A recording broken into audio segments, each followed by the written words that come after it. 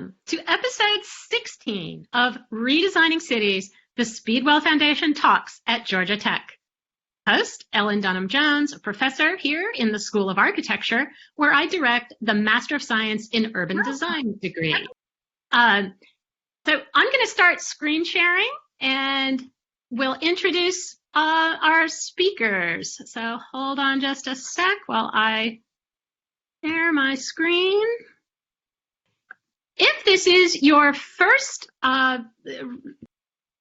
Redesigning Cities event, really encourage you to check out our previous episodes. We've really had a wide range of topics and some fabulous speakers.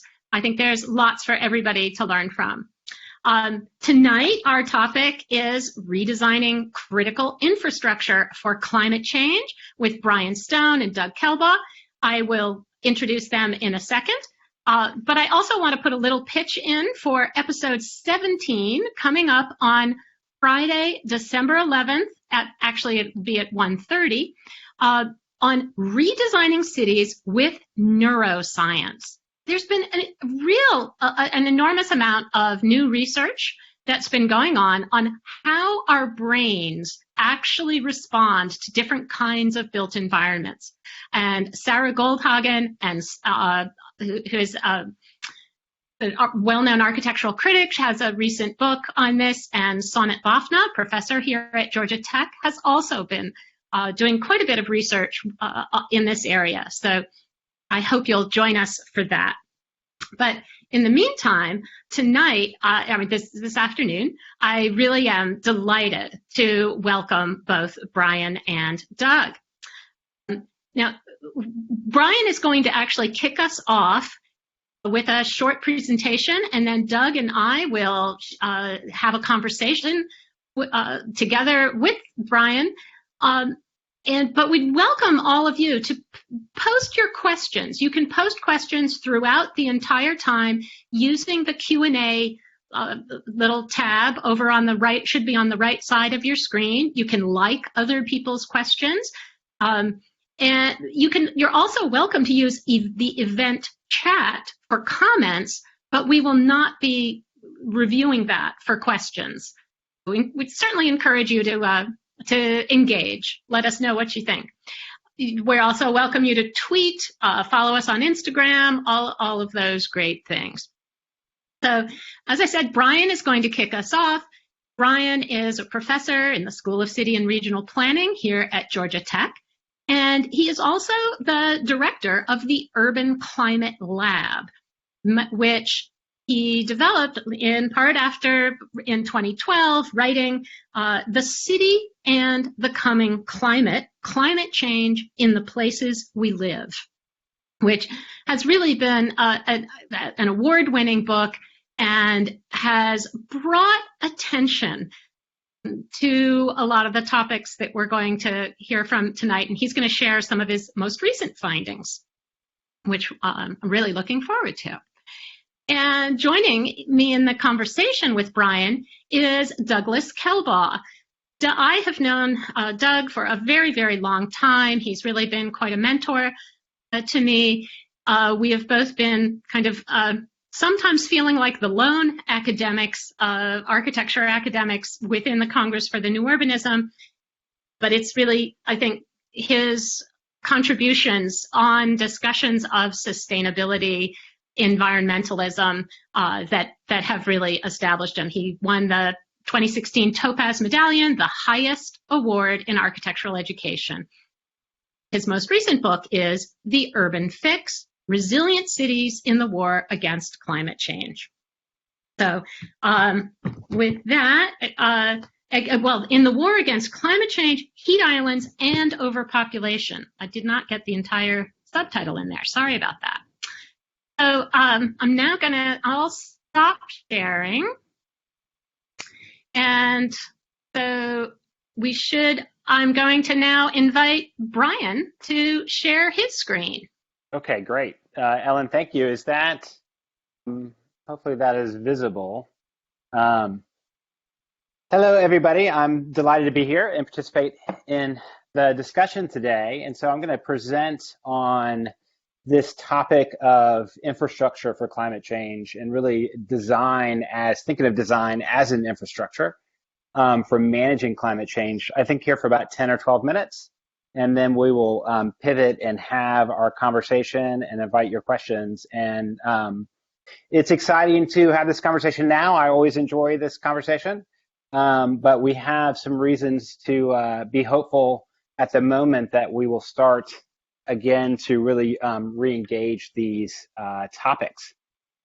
So what I'm starting here with is the global temperature trends map. This is obviously a common place to start. But I do think it's really helpful just to give us context for where we are in this process globally. This is showing anomalies, so it's basically how much we have warmed over a long-term average temperature for the planet.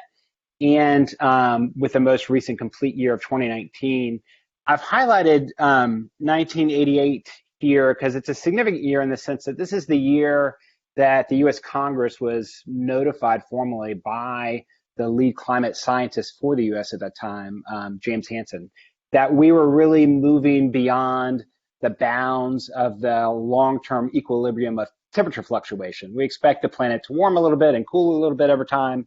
And we had a long-term period where we'd stayed within bounds of about 3/10, maybe 4/10 of a degree. And we were clearly moving out of that by 1988. So it has been a long time that we have known that we are moving towards the risk of runaway climate change. And that really is the point at which we are losing our capacity through the interventions, the levers we have to slow this down. And so it is, if we look at this over a longer time period, this really just starts to look like a vertical line. And so the many concerns around climate change, my group, the Urban Climate Lab, is focusing on heat-related health impacts. And so, it's not always appreciated the extent to which heat is a threat to us, a threat to the urban population, but it is quite a pronounced threat, as we can see here on this graphic. We get a lot of attention to violent weather episodes like hurricanes. We've had a tremendous number of hurricanes this hurricane season, which continues, tornadoes, but on an annual basis, really the fatality rate associated with these events is much, much lower than extreme heat.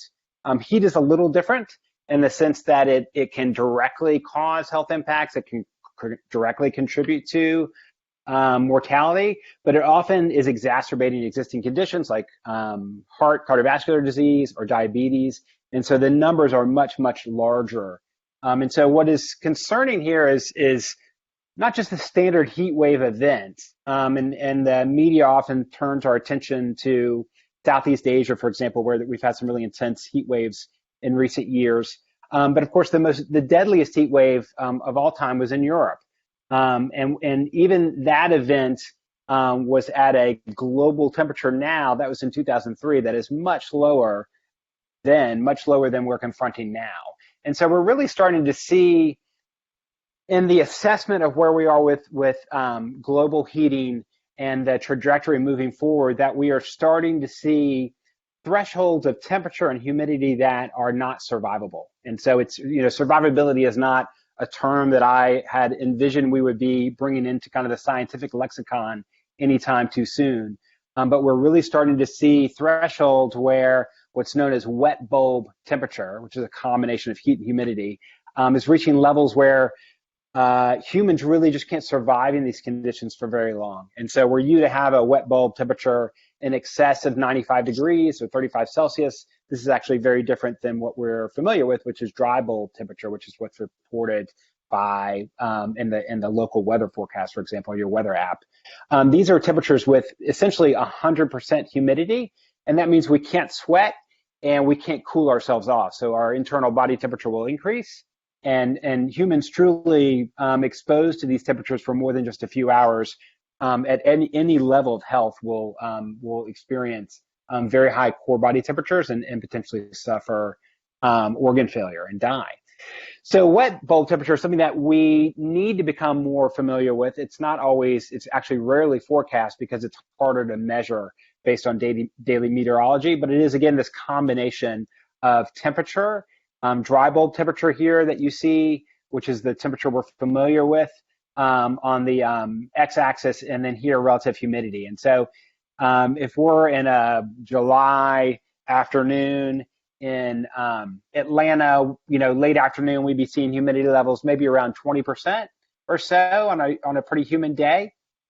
You really would need to see temperatures in excess of 100 degrees to be getting to this black zone. And so again, the wet bulb temperature would be 89 degrees, but that's very high humidity combined with a dry bulb temperature is also very high. So this gives you, your sense of the activities and the risk level. If we look at where these very high wet bulb temperatures are happening, this threshold really above 32 or 35 degrees Celsius, 95 degrees Fahrenheit, we can see that it happens rarely, but it does happen in our part of the world, certainly in Southeast Asia, and other parts over in China as well, and in South America.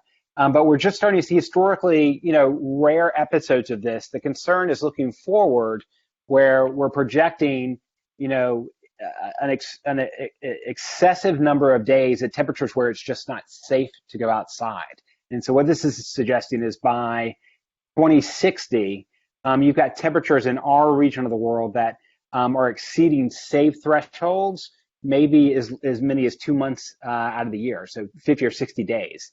That is obviously the scenario and the circumstance that we want to avoid.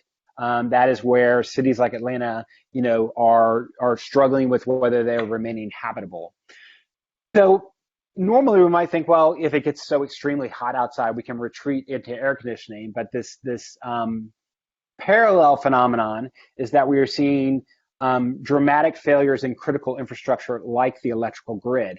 This is just from this past summer in California with the fires. In some cases, the fires are disabling electrical transmission and generation systems. In other cases, they are being voluntarily shut down so that they don't spark additional fires. And so over time, we're seeing major electrical failure events, blackouts, are increasing rapidly in the United States. And so this is showing here the number of major events. Those are events where more than 50,000 people are impacted. Is increasing from, around 40 to around 70 in just the past 5 years. So that's about a 30% increase in major blackout events. This is a large number of events that may be brief in duration. If we look at just those events that are impacting more than 1 million in population in the last 5 years, the average duration, the median duration, is about 5 days. So really significant blackout events that are impacting large populations have a duration of many days, and that can be a really threatening situation. And so what's being highlighted here is a National Science Foundation study that we've been working on in the Urban Heat, in the Urban Climate Lab, and we are focused on this, what's known as a compound event. If you have a critical infrastructure failure, like a blackout and a heat wave concurrently, we can also think of a pandemic as a compound event. If you have a hurricane or a heat wave during a pandemic, that is creates a very complicated logistical problem. So this is showing in the 3 cities we're focused on in this study, Atlanta, Detroit, and Phoenix, what heat risk looks like at some selected neighborhoods at the neighborhood level with the power on and the power off during a heat wave. And so in Atlanta, this is showing over in the Pittsburgh neighborhood. Even with a fully functional grid, we have a lot of households in lower income parts of the city where either air conditioning is not available or it's just not used because it's too expensive. The power bills are too expensive. And so this is showing in terms of heat risk. This is the National Weather Service heat index. It's not a wet bulb heat index. It's the familiar one that we see in the forecast. Caution means you're at risk of heat exhaustion. Extreme caution means you have some risk of heat stroke, and then danger, an increasingly likely risk of heat stroke, which can result in mortality. So it's really important to emphasize that even outside of a blackout event, many residents of cities are at risk for heat illness. Detroit in particular, as many as 30% of all households in Detroit are at risk. Phoenix, because it's so extremely hot, air conditioning is very prevalent. And so it's pretty rare. You see a few instances here where you don't have AC during a fully functioning grid. Now, if we have a blackout, this obviously creates a very dramatically different situation where most households are exposed to dangerous levels of heat exposure during a concurrent blackout and heat wave event. So our task has been to try to assess what that level of heat risk is. This is showing you during a heat wave on the left panel and then a combined heat wave and blackout on the right panel. And you can see, particularly in the case of Phoenix, you essentially go from 100% of the population that has access to AC to, more than 80%, 100% of the population that's at risk of heat exhaustion and heat stroke. In Atlanta, we're looking at, maybe about 10%, a little bit less than 10% with a functioning grid that are at risk of heat illness. And then that increases to really 100% are at some risk of heat illness if we see a combined blackout and heat wave event. So part of our study is thinking about what are the interventions, and this is where we're really interested in characterizing design-based interventions like tree planting, green roofs, other kinds of critical infrastructure, cool roofing, cool paving, and even building design as really critical infrastructure for dealing with heat, whether you have a concurrent scenario or not, because we know how rapidly we are seeing temperatures rise. So we look at Atlanta and Detroit and Phoenix and look at two scenarios. One, if we have 50% of if the if the roadways have 50% tree canopy cover, and if we have cool roofs on our houses, which is something that's increasingly seen at the urban level in other parts of the world and in the U.S., where we have some of these ordinances for cool roofs. And so this is showing you in Atlanta, for an example, what temperatures would look like around the downtown area during a historical heat wave. This is not in a future year. This is just a historical heat wave that we see in Atlanta. And you can see that in some of these areas, we're pushing 100 degrees, which is really hot for Atlanta. We rarely get there. If we were to have all structures to have a cool roof, this is what our temperature would look like. We see actually quite a bit of cooling by this policy, but it's street trees that just dramatically reduce the distribution of temperatures across the city, and dramatically reduce what we call the urban heat island, is these hot spots that we find downtown.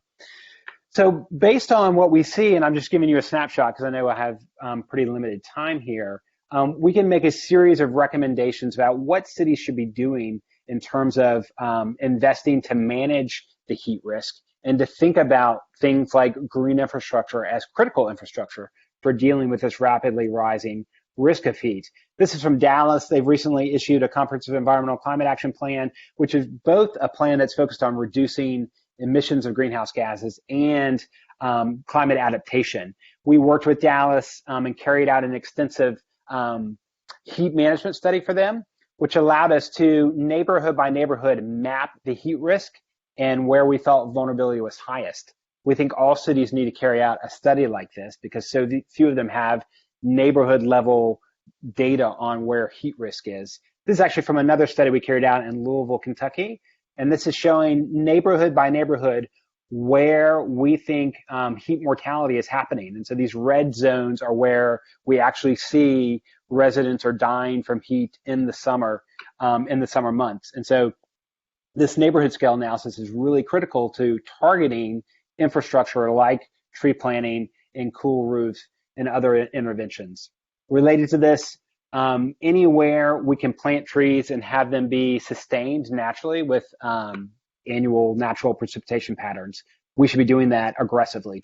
We find trees to be the most effective intervention for managing heat anywhere where trees can be supported. And so this is a scene again from Louisville, Kentucky, where you got a neighborhood that's very well positioned to support trees. You can see trees to the rear of these houses, but not a single standing tree along the street. Cool roofs we find are very effective. This is actually the College of Design at Georgia Tech and some of the members of the Urban Climate Lab. And after a cool roof was installed here, this is really low-hanging fruit for us and is cost-effective in terms of not only cooling down the ambient area, but reducing energy consumption costs in the buildings. Solar shading is not a strategy that we see as commonly in the U.S., but it is increasing. Certainly in the Middle East, for example, Northern Africa, you see a lot of solar shading, just physical structures that are designed to shade the surface. And so here is a recently redesigned mall, an outdoor mall in Miami with solar shading, kind of these passive shading techniques is a very effective strategy that we can deploy.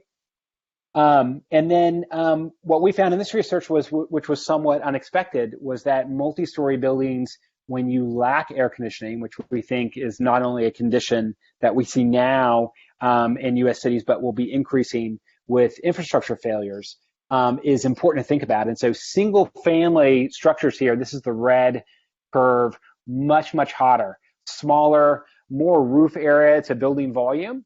Which is what is transmitting a lot of the heat to these structures. And so multifamily apartment buildings, two-story structures, were found to be much cooler. Again, this is during a combined heat wave and blackout event. And then lastly, cooling center capacity. All cities really have cooling centers available for heat wave events. We can't find, even in the most widely developed networks, including here in Phoenix, that any of these networks are required to have backup power generation. So if we do see a blackout during a heat wave in in Phoenix here, we really need to make sure that we have many more cooling centers. This is just sufficient capacity for maybe 1 to 2% of the urban population, and that we have this backup power generation. So these are some of the just most recent issues we've been focused on in terms of how cities can manage extreme heat, the risk of extreme heat moving forward. And so with that, I'm going to conclude the slides here, and then we'll pivot to this conversation, and I'll stop sharing my screen. Thank you, Brian. All right, Doug, why don't you unmute and turn on your video as well, so that we can talk about this. Brian, that was really terrific. So interesting, lots to talk about. I'd like to kind of kick us off. So, Doug, I don't see you yet. Can you turn on your video at upper right corner? You could just tap on the video screen and the microphone, and you can join us. Because my opening question, actually, to kick off the conversation is, Brian, you've just shown us how incredibly important understanding heat is. But this topic, I remember as a student, I'd hear the term urban heat island and my eyes would glaze. It just is such a wonky term. It somehow just doesn't sound like something that that I would want to get super excited about. And yet both Brian and Doug, you've really become incredible champions. Tell us a little about what was your path to deciding that reducing urban heat island was what you were going to devote your career to? Okay. Yeah, I'm happy. I'll respond to that. Looks like Doug is back with us too, but I'll respond and then be curious to hear what Doug has to say about this. So yeah, I agree with your characterization of my life's passion there, Ellyn, that it's a little wonky. I don't love the phrase for that reason. It sounds very technical. It is a scientific phrase that's been recognized for a long time. Some of the first heat island studies were in London in the 19th century. And so it's been recognized for a very long time that cities are just hotter than what surrounds them. And it's because of the land cover change. But for me, it's really just a different way of describing climate change at the level of cities. It is urban heat islands or local climate change. And part of both the challenge and the advantage of working at the urban scale is that cities do fundamentally change their own climates. And so cities are not just warming because of the global greenhouse effect, they're warming because of the urban heat island effect. And both of those physical phenomena drive one another to one degree or another. And so cities are warming faster than rural areas because both of these phenomena are happening, and they amplify one another. And so that means that, yeah, it's getting hotter faster in cities. It also means that cities can take direct action to mitigate heat islands. And so we don't have to necessarily have an international agreement to do it. We don't have to have the US Congress involved to do it. And we find that the most effective actions we can take can be carried out at the local level. And so that's important. As far as how I arrived here, my path was through an environmental management master's program many years ago now, where I was really interested in air quality issues. And I'm a native of Atlanta. And in the 1980s and 1990s, one of the principal challenges in Atlanta was dealing with our air quality. I had really horrific ozone and smog issues. And so the heat island was just one of the topics that was studied around air quality. It does contribute to ozone formation, the smog formation in cities. And so I learned that about it then. But I also just became interested in this idea about how the design and structure of cities contributes to its environmental quality. And so, my path from where I was to planning can be directly linked to the work that Doug was doing. Doug's work and Peter Calthorpe together in the early 90s, late 80s, early 90s around pedestrian pockets and traditional neighborhood development, for me, really was a bridge from environmental science and policy into urban planning. And so, this was a conversation about how do you bring ecological values and, performance into the design of cities and neighborhoods. And that was really exciting for me. And so, it's part of the reason it's a thrill to be on a call with Doug here, because he is obviously a key pioneer in that area. So that was part of the journey for me, for sure. Thanks. All right. So Doug, you started off doing, the first Troom wall project as a architecture grad student. You've evolved your environmental thinking and scale, kind of getting bigger and bigger and bigger, increasingly cities. But so what was your aha moment on urban heat islands? Oh, I thought you wanted me to go back a little further than that. You don't want me to sort of trace my history like Brian did there? I keep us going. I got interested because of the oil embargo in 1972, and I designed this passive solar house in New Jersey. A trom wall is called. And, after that, I just became a passive solar architect doing work all over. And then we moved to Washington State from New Jersey, where climate wasn't such a big issue, and urban heat islands were not an issue. It wasn't really until I moved back to Michigan that urban heat islands and climate change became my central focus and prompted the writing of my book. So Detroit is one of the test cases, or one of the cities that Brian's focused on. It's very hot. It lacks trees. It has very wide streets, twice as wide as they have to be. A lot of black roofs, a lot of black, dark pavement. And of course, it's poor. It's just a bad combination of a lot of factors that make it quite unlivable. So I did a lot of design charrettes to try to help the city, etc. And it's gotten better. There are now young people moving back to Detroit. Good. I used to tell my students at University of Michigan, why don't you think about moving to Detroit? And 15 years ago, they'd snicker, and 10 years ago, they'd sort of giggle, and 5 years ago, they'd sort of, maybe. And now they're flocking to Detroit. So that's a good sign. Anyway,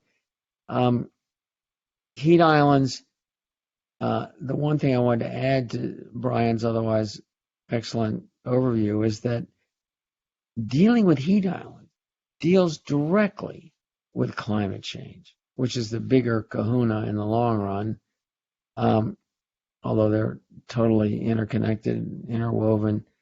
But that's really good news, that when you deal with one, you deal with the other. How lucky. I mean, I've heard you make the case based on sort of reading Brian's book, but you getting really excited that it was really, any of us as an individual, climate change is this enormous problem that as individuals, it's pretty hard to feel like you can make that much of an impact. But for designers, and in terms of redesigning cities, redesigning microclimates at the scale of, dealing with very particular urban heat islands is something we can actually do and be very empowered about. And that's exciting. I like to make the point that it's a 5 to 10 year problem, which is so much more addressable, and therefore humans are more likely to act on it. A 50 to 100 year problem like climate change, we're just not hardwired as humans to deal with distant long-term problems. So the immediacy and the fact that it's a local problem are actually, in my book, argued to be a benefit. And in many ways, I'm glad we have urban heat islands because it's forcing us to act. So on the subject, I think, Brian, you gave us solar shading, multi-story buildings, and just street trees as incredibly important. Obviously, green roofs and other things, and cool roofs.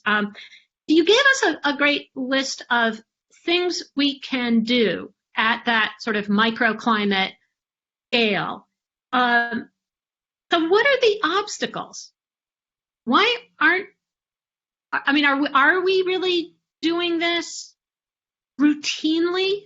Or, I feel like there's an increase, clearly, but what else, what needs to happen to accelerate really doing more of those sort of just individual insertions and changes? Yeah, well, so that's a question for both of you, really. Yeah.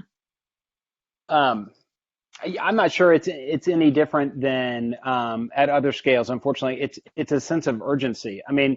I really try to incorporate a few slides on wet bulb temperatures and where we're headed with truly just levels of survivability. I don't know that any of us have. I guess it's a useful exercise I'd recommend to you, to the audience here, is every time you go out of your house tomorrow, imagine if you couldn't. Imagine if it was too hot to go outside safely. I think those who have been on the West Coast this past summer had that experience with the wildfires, that there were just times when it was just not safe to go outside because the smoke was too intense. And that is really the world that we are rapidly moving into. Rapidly moving into. And so are these strategies that can reduce heat at the urban scale within reach? Absolutely. Are they cost effective? Completely. And can they be locally implemented or just undertaken by individual property owners? Yes, all these things are true, but there's just not a sense of urgency. And for those of us who've been working in this field for a long time, that's probably what I was most naive about. I have never underestimated the rate at which this change was unfolding, but I have underestimated the rate at which we would respond. And so all these things can be implemented quickly, but not without a sense of urgency about it. So maybe it's an unsatisfying answer, but I think that's the key issue as I sit here. Do you have any questions on that? Urban trees, there are many cities that now have tree canopy goals to increase them rather dramatically. I think Atlanta does. I know Seattle and many, many other cities do. Detroit does. We can't plant too many trees too fast. I have a list of about 18 positive benefits of street trees and urban trees in general, as well as the climate change advantages. They're not just sequestering CO2 and producing oxygen, but they filter particulate pollution. They provide bird and animal habitat, produce fragrance and fruit and flowers. They actually absorb sound, and it's shown they reduce crime. and increase real estate values and provide jobs for maintenance. And most importantly, maybe of all, is they provide a sort of biophilic beauty that is important to sustaining and making our lives better. Yeah, I mean, you don't meet too many people who hate trees. Some car owners get a little annoyed. They don't like to have to park under trees. But in general, that's about it. Well, let me ask you guys a question on that topic, Ellyn and Doug, and that we work directly with neighborhoods around these issues, and tree planting is one of the strategies we recommend, and it is certainly true that not all neighborhoods actually welcome trees. And there is, increasingly a concern about what's being characterized as climate gentrification, is bringing in, amenities, whether it be trees or other amenities that will raise property values and Right. and lead to displacement. And so, that's an issue that I take very seriously, and I understand the concern where that comes from. But it's also a concern in seeing how effective trees are in cooling neighborhoods and protecting. Often neighborhoods that are gentrifying or are worried about gentrification are also where we see vulnerable populations. And so to not be able to bring in tree canopy and promote that in the places where it can be supported is a real concern. And so I think part of this is a communication issue, but it's also having a wide array of strategies we can bring in. But I know, Doug, in Detroit, there have been real concerns about tree planting campaigns. I wonder if you encountered any of that during your time there. I don't recall encountering that per se, Brian. The gentrification issue is a key one. As always, you're ahead of the curve. I didn't experience that offhand, but then again, tree planting wasn't that aggressive when I left. I hope it's gotten more aggressive. I did want to say one other little personal anecdote about why some neighbors don't want trees, and that is raking leaves. I'm in the midst right now of raking leaves every day here in Seattle. And it sounds trivial, but I have 6 bags jammed full of leaves and a big, huge container to boot waiting to be picked up today. And I'll do that for every week for, 5-6 weeks. Trivial, but it's an issue for some people. It's not as big as some of the other ones, though. What I find also really intriguing in terms of obstacles on trees, I mean, Atlanta has been trying to rewrite its tree ordinance for a very long time, both to preserve the existing trees as well as increasingly, I think the city's position has been they want to try to plant more trees within the public realm. So it's not just an issue for private homeowners.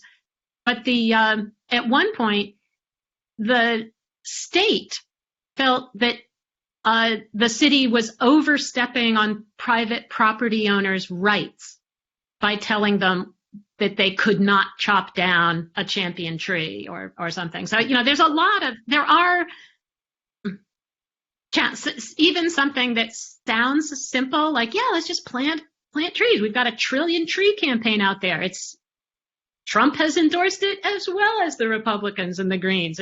This should be one of the easier fixes, and yet we still are finding some challenges. But I do think, the point that trees should be considered critical infrastructure is a really great point, and want to thank you guys both for that. I want to shift us now from talking about kind of microclimate scale to the scale of the neighborhood.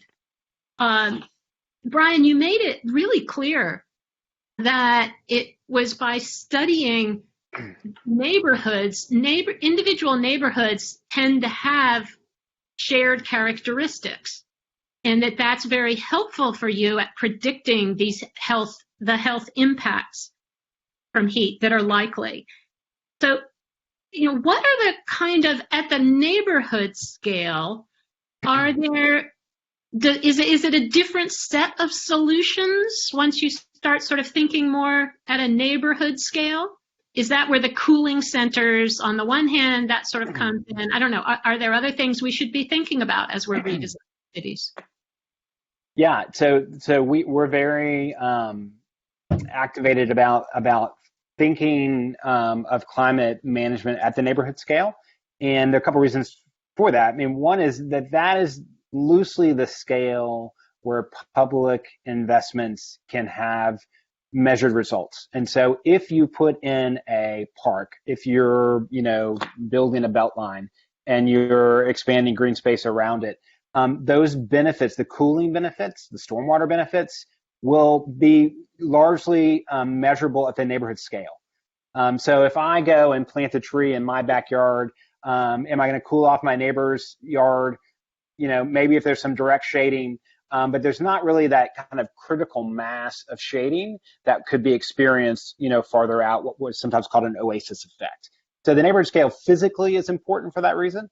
And then it strikes us as being politically viable, is that, we really need to be able to demonstrate value of this to a group of people who can either themselves invest in the infrastructure and the maintenance it takes, or lobby their representatives to prioritize it. So I've argued for a long time that one of the reasons climate change is not taken seriously is that people don't see it in their own lives. They don't see it at the scale of their own neighborhood and their own cities. And so part of what we're responsible for doing is being able to communicate how climate is impacting their lives at the scale at which they live, in the scale that they can see, and that's their neighborhood. So, there's been a significant advance with the technical climate models to be able to operate at the resolution of a single neighborhood.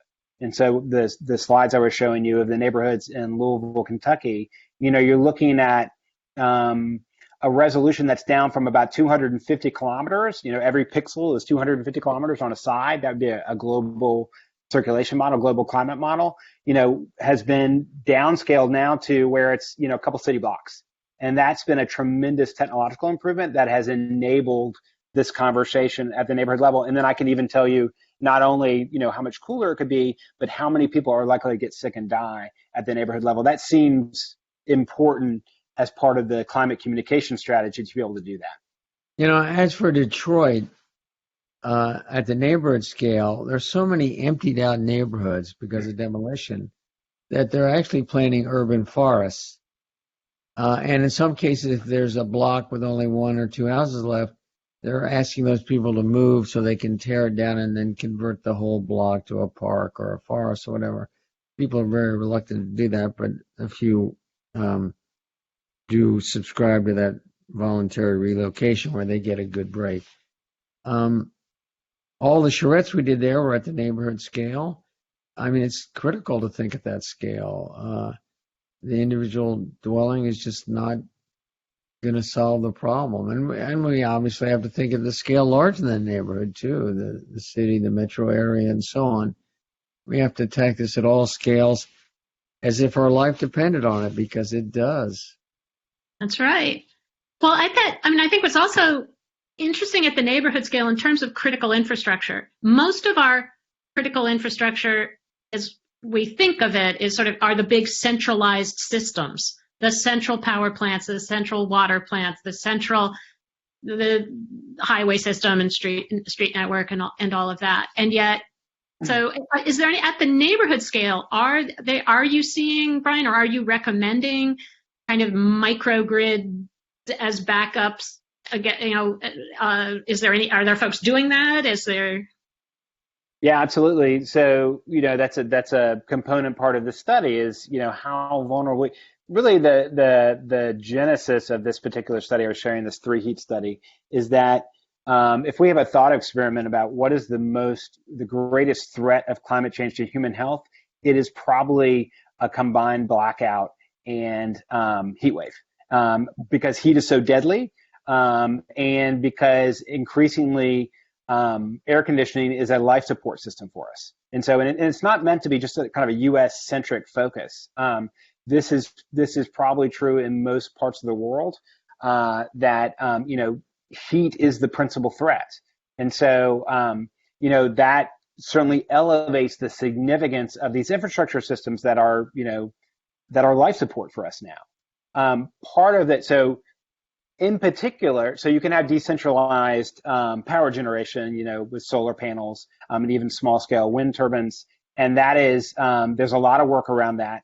And that has a range of benefits for us. It is one, we can marshal a lot of surface area in cities, that's roof area, or parking area, that's highly viable for solar. And so the economics are good. It's also carbon-free emissions for the most part. So there are a lot of good reasons to do this. But let me say one more thing, Doug, and I'll turn it over to you. I want to emphasize that, solar panels and electrical grid sound like infrastructure. Thinking of trees as infrastructure requires two things. One, we have to recognize how incredibly valuable they are to us to cool down neighborhoods. But two, we have to treat them as we treat other forms of infrastructure. The city has to assume ownership and responsibility for planting and maintaining it. And so part of the friction we have in introducing trees into neighborhoods sometimes is that, it cracks the sidewalk and it dumps the leaves Doug was talking about. And it's a lot of work for us, and it might fall on my house. And I feel vulnerable because storms are more intense and I don't want it to fall on my house. And so, it can't just be a feel good, let's have a neighborhood tree planting campaign. It has to be treated as infrastructure funded by cities, managed by cities with regular maintenance, if it's going to be a real adaptation strategy for us. Go ahead, Dad. Yeah, just my own example, we've had to trim some trees back because of limbs that could fall. We're adding solar collectors to our roof. In January, we're going to get an electric car. We have some passive solar gain with a lot of south glass, etc. So acting locally on your own house, your own rooftop. I think white paint is the single best investment on the planet. We can paint so many roofs white. We can even paint pavement white. There are people right now, today, painting streets in Los Angeles white, because it's just too hot to walk around in parts of LA. So I'm for white paint, big time, on rooftops or whatever. Students are doing it in Ann Arbor, in New York City, elsewhere. And by the way, I did see a few microgrids, Ellyn, in some of the new towns in Europe, including little gas-fired plants in some backyards. We have some new ones in the U.S. Miller redevelopment of the airport in Austin, Texas. Yeah, that's true. Is doing there was one little one I have a photo of a little gas-fired plant that served about, 40, 50 houses, not only providing electricity, but pumping hot water to the units for heating and for domestic hot water use.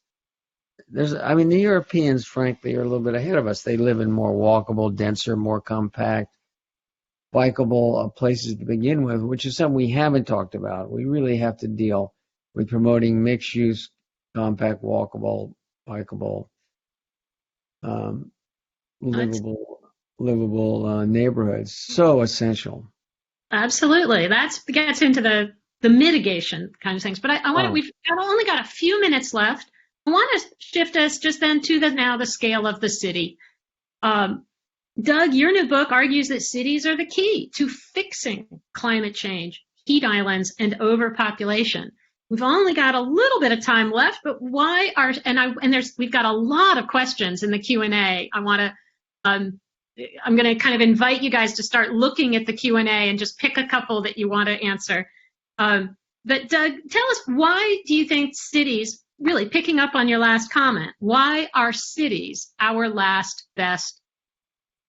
Well, for all those reasons from walkability to transit service, they reduce our carbon footprint and do lots of other positive things. But one thing most people don't realize, that in parts of the world, the developing world, which is the bulk of the planet in terms of population, when people move from the countryside to the city, that rural-urban migration means they get wealthier, and therefore they have a bigger footprint. But the good news is they have fewer children. And in fact, their birth rate goes down at a rate that more than compensates for their increase in wealth and their larger personal footprint. So population, we got to realize, is not just decreasing the footprint of everybody on the planet. We need fewer people on the planet. And the sooner we have fewer kids, the better. There's a delayed effect. So we can't. So I urge you young listeners to have a few or maybe no kids if you get married.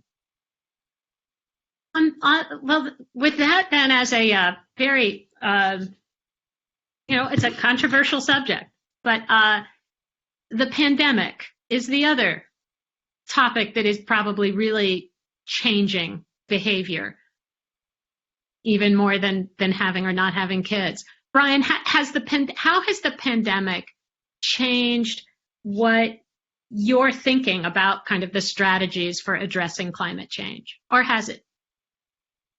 It certainly is a really helpful example of this idea of compound events. And so we have taken a siloed approach to thinking about different climate threats.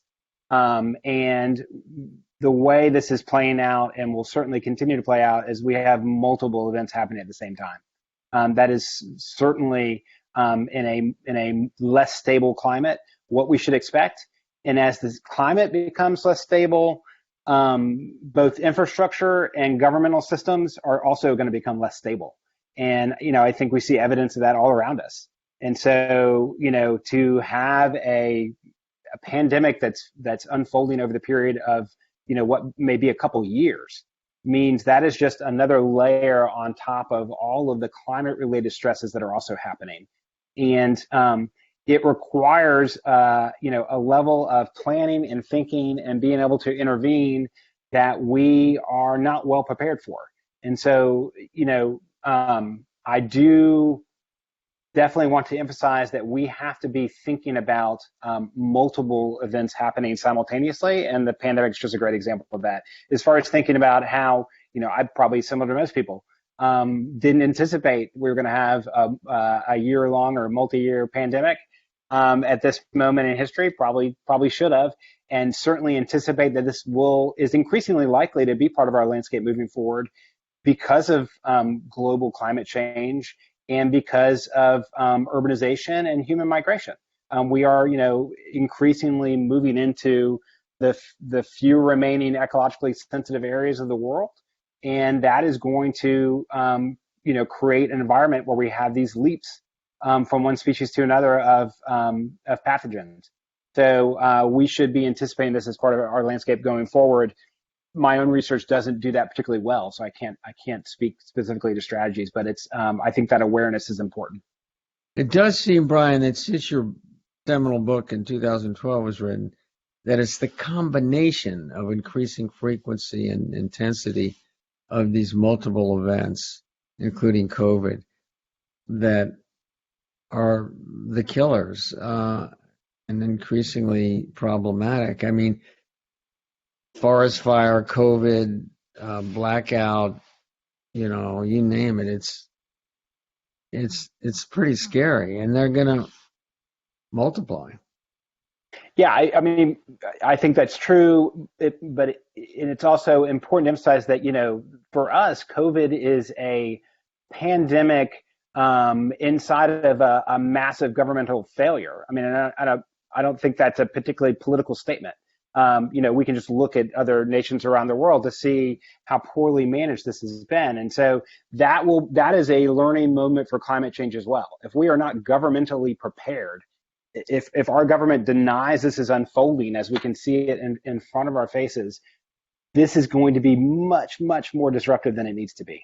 So I guess if there's any lesson of the pandemic, that's probably it, that this is also a government-made problem for us. It's going to get better. And by the way, other issues that are more optimistic, including a new president, students should realize that the number of wind installations and PVs has really skyrocketed here and around the world. I think growth in renewables is palpable and is only increasing. And I urge you to join that bandwagon. I can't do justice to the 19 questions in Q&A, and we really are pretty much out of time. But I want to say that there are quite a lot of questions concerning policies. And so I think, both of you, yes, we have a new administration coming in. What can you give us specific? I'm going to just kind of jump around. What specifically, if you had a chance to, you've got your elevator pitch to Biden and his cabinet, what specifically do you think? Is there a role at the Fed? Is it really up to the feds? Or Brian, you said no. It's more about you. Would you rather have an elevator pitch to the mayor? Sort of, who or what? What's the pitch that that we can take? Can we take advantage of this moment right now with a new administration coming in? Who do we need to hear your talk? And what specifically do we want to ask be instituted? While Brian's preparing his answer, which will be more intelligent and complete, I would tell Biden that energy is too cheap and humans react economically more effectively. They're more likely to react to increase in price in energy, and maybe a carbon tax or both. We need to change behavior, and economics seem to be the way to get Americans in particular to act. And I would add the caveat, and perhaps if we were to do such a thing, there are ways to do it such that it's a progressive tax. It's not a regressive tax. Right. Brian. I want to get on my elevator ride with Biden and Bottoms. We're all three going to get on the elevator together. And so my ask is very specific. At the federal level, I want us to have a federally supported and directed program that is developing climate science at the local level. So I want every city in the country to know where they are vulnerable to heat, how that's going to change over time. I mean, this is just very basic information that most cities don't have. Where flood risk is the one impact area where we have pretty good data on. But where the neighborhood level heat exposure is, where the population's vulnerable, because now is the time where we have to be directing the infrastructure and we don't know where to put it. And so we have a limited budget and we don't know where to direct it, and we're actually usually directing it to the wrong place. So that would be the federal ask on that level, because we have the modeling capacity to do that, and it's not even that expensive. And then for Mayor Bottoms, we have to do, what Ellyn, you and Doug and others in the New Urbanist movement have been lobbying for a long time, and we have to change the DNA of development. We need to have, a green factor, like, speaking of Seattle, ordinance that's requiring minimum green cover and probably minimum white cover at the parcel level at the time of pulling a development permit. It's just got to happen over time and as part of the routine development process. And that is something that a local government has complete control over and would make a huge difference. So those would be my two asks on the elevator. Thank you both very, very much. Thank you, Brian Stone, Doug Kelbaugh. Listeners, you have been listening to episode 16, Redesigning Critical Infrastructure for Climate Change. I'm your host, Ellyn Dunham Jones. I look forward to seeing you at the next Redesigning Cities.